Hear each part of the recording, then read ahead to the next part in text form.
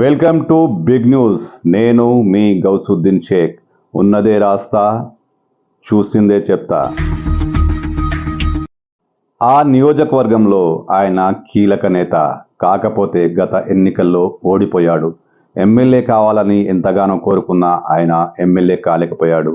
వేరే పార్టీ గెలిచింది, ఆయన ఓడిపోయాడు. అయితే ఆయనకు ఎమ్మెల్యే హోదా ఇస్తున్నారు. ఆయన ఎమ్మెల్యేగానే కొనసాగబోతున్నారు. ఆయన ఎమ్మెల్యేనే.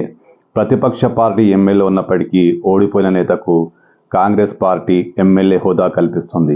ఎమ్మెల్యే హోదా అంటే కార్లు, కాన్వాయ్, జీతాలు కాదు. కానీ అక్కడి ప్రజా సంక్షేమ పథకాలలో, పార్టీ తరపున, ప్రభుత్వం తరపున జరిగే కార్యక్రమాల్లో ఆయన ఎమ్మెల్యేగానే పాల్గొంటారు. ఆయన ఒక ఎమ్మెల్యేగానే కొనసాగుతారు. ప్రతిపక్ష పార్టీ ఎమ్మెల్యే ఉన్నా సరే ఆయనను ప్రభుత్వం ఎమ్మెల్యేగానే గుర్తిస్తుంది. ఓడిపోయిన నేతకు ఎమ్మెల్యే హోదానా? అసలు ఇది ఎలా జరుగుతుంది? ఓడిపోయిన వ్యక్తి పక్కకు వెళ్ళిపోవాల్సిందే. ఆ ప్రాంతంలో వేరే ఎమ్మెల్యే ఉంటారు. ఆ పార్టీ ఏదైనా సరే ఖచ్చితంగా ఓడిపోయిన నేతకు ప్రాధాన్యత ఉండదు. కానీ కాంగ్రెస్ పార్టీలో ఓడిపోయిన నేతలకు ప్రాధాన్యత పెరగనుంది. వారిని ఎమ్మెల్యేలుగానే పరిగణించబోతున్నారు. అక్కడ వేరే పార్టీ ఎమ్మెల్యే ఉన్నప్పటికీ ఓడిపోయిన నేతకి విశేష ప్రాధాన్యత ఇవ్వబోతున్నారు. ముఖ్యంగా జిల్లా మంత్రుల పర్యటనలో, ప్రభుత్వ పథకాల ప్రారంభోత్సవాల్లో, పార్టీ కార్యక్రమాల్లో ఓడిపోయిన నేతనే ఇప్పుడు కీలకం కాబోతున్నారు. తెలంగాణలో తన బలాన్ని పెంచుకునేందుకు కాంగ్రెస్ పార్టీ భారీ కసరత్తు చేస్తోంది. ముఖ్యంగా ఓటమి పాలైన నియోజకవర్గాలపై కాంగ్రెస్ పార్టీ కీలకంగా దృష్టి సారించింది. తెలంగాణలో అనేక చోట్ల కాంగ్రెస్ పార్టీ పరాజయమైంది. మొత్తం సీట్లలో 64 సీట్లు మాత్రమే కాంగ్రెస్ పార్టీ గెలిచింది. మ్యాజిక్ మార్క్ సాధించి ప్రభుత్వాన్ని సాధించిన ఓడిపోయిన ప్రాంతాలపై కాంగ్రెస్ ప్రత్యేకంగా దృష్టి సారించింది. ముఖ్యంగా ఆయా ప్రాంతాల్లో ఓడిపోయిన నేతలకు ప్రాముఖ్యతనివ్వాలని కాంగ్రెస్ ఈ రకంగా పార్టీని మరింత బలోపేతం చేయాలని ఒక పక్కా ప్లాన్తో ముందుకు వెళ్తోంది. ముఖ్యంగా కొన్ని కీలక నియోజకవర్గాలు, ఆయా ప్రాంతాల్లో కీలకమైన నేతలే పోటీ చేశారు. వారిని గెలిపించుకోవాలని కాంగ్రెస్ పార్టీ శతవిధాలా ప్రయత్నించింది. కానీ కాంగ్రెస్ అక్కడ ఓడిపోయింది. ప్రధానంగా హైదరాబాద్ పరిసర ప్రాంతాలు, హైదరాబాద్ శివారు ప్రాంతాల్లో కాంగ్రెస్ పార్టీ ఓడిపోయింది. కానీ ఇక్కడ కీలక నేతలు ఎమ్మెల్యే పదవికి పోటీ చేసి ఓడిపోయారు. వారికి మరింత బలాన్ని చేకూర్చేలా కాంగ్రెస్ పార్టీ కసరత్తు చేస్తోంది.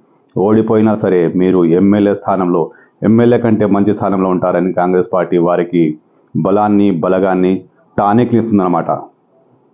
ఈ మేరకు కాంగ్రెస్ పార్టీ ఒక కీలక నిర్ణయం తీసుకుంది.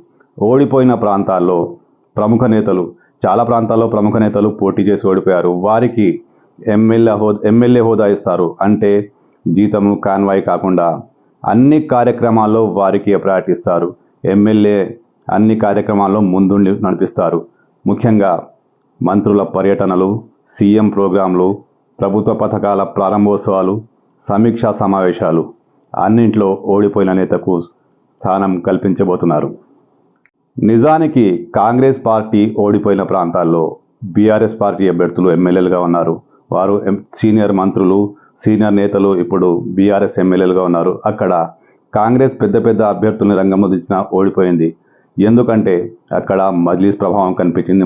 మజ్లీస్ కారణంగా కాంగ్రెస్ ఓడిపోయింది. కానీ ఈ ప్రాంతాల్లో పార్టీని మరింత బలోపేతం చేయాలి, బీఆర్ఎస్ను మరింత బలహీనం చేయాలంటే కాంగ్రెస్ పార్టీ ఓడిపోయిన నేతలను రంగం మీదకి తీసుకొస్తోంది. అంటే తెర ముందుకు తీసుకొస్తోంది. అంటే బీఆర్ఎస్ నేతలు కూడా అక్కడ ఉంటారు, బీఆర్ఎస్ ఎమ్మెల్యేలు అక్కడ ఉంటారు. బీఆర్ఎస్ ఎమ్మెల్యే హోదా వారికి ఉంటుంది, ఎమ్మెల్యే ప్రోటోకాల్ వారికి ఉంటుంది. కానీ వారికి పోటీగా ఓడిపోయిన నేత కూడా రంగంలో ఉంటారు. ఓడిపోయిన నేత కూడా ఎమ్మెల్యే స్థాయిలోనే ఉంటారు. స్టేజ్ మీద ఆయనకు ప్రాధాన్యత ఉంటుంది. మంత్రుల పక్కన ఆయనకే స్థానం ఉంటుంది. కార్యక్రమాల్లో ఆయన చురుగ్గా పాల్గొంటారు. ఎమ్మెల్యే ఉన్నప్పటికీ మరో ఎమ్మెల్యేగా ఓడిపోయిన నేత, కాంగ్రెస్ నేత ఖచ్చితంగా తెర మీదకి వచ్చే అవకాశాలు ఉన్నాయి. ఇందుకు కాంగ్రెస్ పార్టీ ఒక స్కెచ్ వేస్తుంది. ఈ ప్లాన్ ప్రకారం ఓడిపోయిన ప్రాంతాల్లో పార్టీని మరింత బలోపేతం చేసేందుకు కాంగ్రెస్ పార్టీ రంగం సిద్ధం చేస్తోంది. ఓడిపోయిన నేతలకు ఇది బూస్టింగ్లా పనికొచ్చిన రాజకీయంగా ఇబ్బందికరమైన పరిస్థితులు రావచ్చు. ముఖ్యంగా ఒక ప్రాంతానికి ఎమ్మెల్యే బీఆర్ఎస్ చెందిన వ్యక్తి ఉంటే, ఆ ప్రాంతంలో ఓడిపోయిన వ్యక్తి కాంగ్రెస్ వ్యక్తి, అతన్ని ఎమ్మెల్యే స్థాయిలో పక్కన పెడితే రాజకీయంగా ఇబ్బందులు రావచ్చు. ముఖ్యంగా ప్రభుత్వ కార్యక్రమాల్లో ప్రోటోకాల్ అనేది ఉంటుంది. ఆ ప్రోటోకాల్ కనుక కాస్త విస్మరిస్తే ఈ వ్యక్తిని పక్కకు తీసుకెళ్లి కూర్చోబెడితే రాజకీయంగా బీఆర్ఎస్ ఎమ్మెల్యేలు తిరుగుబాటు చేయొచ్చు. కానీ అది ప్రభుత్వ పథకాల వరకే.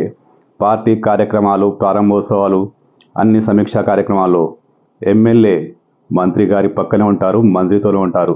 ఇది కాంగ్రెస్ పక్కా యాక్షన్ ప్లాన్. ఇదంతా ఎందుకు చేస్తున్నారంటే వచ్చే 5 ఏళ్లలో ఎన్నికలు వస్తాయి ఎలాగూ. అప్పటికి అన్ని కాన్స్టిట్యున్సీల్లో, అన్ని నియోజకవర్గాల్లో కాంగ్రెస్ పార్టీ బలోపేతం కావాలి. ఇప్పుడు ఓడిపోయిన నేతలు అప్పటి వరకు గెలిచేందుకు రంగం సిద్ధం చేసుకోవాలి. ఇందులో భాగంగా ఓడిపోయిన నేతలకే మళ్ళీ టికెట్లు ఇస్తామని హామీ ఇవ్వబోతున్నారు. అంటే 5 ఏళ్ల కాలంలో ప్రజాక్షేత్రంలో ఉండి వివిధ కార్యక్రమాల ద్వారా పార్టీని బలోపేతం చేస్తూ తమ గెలుపుకు మార్గం సుగమం చేసుకోవాలన్నమాట.